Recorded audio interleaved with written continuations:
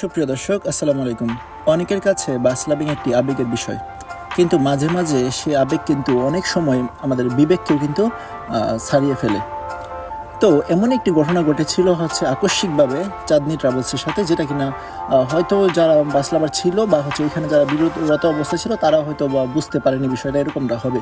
তো যাই হোক, এই ধরনের ঘটনা কিন্তু আমরা সবসময় এড়িয়ে চলবো। আমরা চাবো না যে এমন কিছু হোক যেটা কিনা ক্ষয়ক্ষতি ছড়িয়ে পড়ে বা দেশে একটি দুর্নাম হয় বাস লাভারদের। আমরা এমন কোনো বাস লাভ ভিডিও আমরা চাবো না।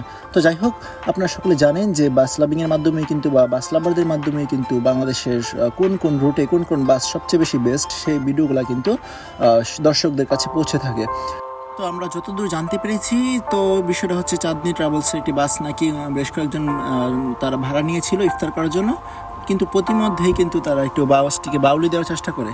তো বাউলি দিতে গিয়ে এমন বাউলি দিয়ে ফেলে যেটা কিনা অনেক পরিমাণে ক্ষয়ক্ষতির একটা আশঙ্কা ছিল। এমনকি বাসের পেছনের পার্টটি কিন্তু ডিভাইডারের সাথে লেগে যায়। এমনকি এই ভিডিওটি কিন্তু সারা বাংলাদেশ ভাইরাল হয়। তো আমার রিকোয়েস্ট থাকবে সেই সকল ভাইদেরকে যে যারা বাস লাভিং করেন, এমন কোনো কিছু কাণ্ড করিয়েন না যেটা কিনা সমগ্র বাস লাভারদের কিন্তু একটি দুর্নাম বয়ে আনে। তো যাই হোক, এটাই ছিল। ধন্যবাদ, আসসালামু আলাইকুম। আর আপনাদের কোনো মতামত থাকলে অবশ্যই কমেন্টে জানাতে পারেন।